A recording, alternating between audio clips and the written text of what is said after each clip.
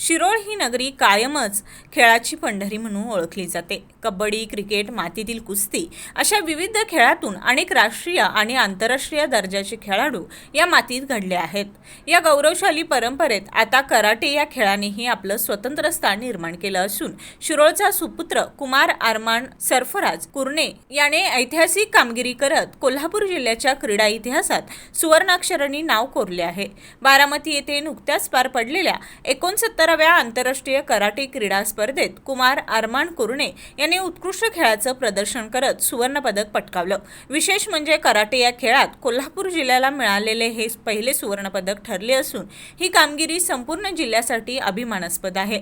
अत्यंत साध्या परिस्थितीतून पुढे आलेल्या कुमारने आर्थिक अडचणी, अपुरी साधन सामुग्री आणि कठोर सराव यावर मात करत ही यशोगाथा घडवली।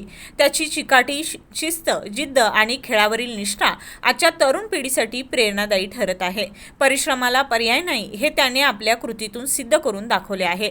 या ऐतिहासिक यशाबद्दल शिरोळ शहराच्या वतीनं भव्य स्वागत आणि सत्कार समारंभाचं आयोजन करण्यात आलं। शिरोळ नगरपालिकेच्या पहिल्या महिला लोकनियुक्त नगराध्यक्षा योगिता कांबळे आणि उपनगराध्यक्ष पृथ्वीराज सिंह यादव यांच्या हस्ते छत्रपती शिवाजी महाराजांच्या तख्त्याजवळ कुमार अरमान कुरणे याचा शाल, श्रीफळ आणि सन्मानचिन्ह देऊन गौरव करण्यात आला। यानंतर शहरातून भव्य मिरवणूक काढण्यात आली। हलगी तुतारीच्या गजरात माजी आमदार भाई दिनकररावजी यादव यांच्या पुतळ्याला हार अर्पण करून अभिवादन करण्यात आलं। या मिरवणुकीत शिरोळकर नागरिकांनी मोठ्या संख्येने सहभाग घेतला।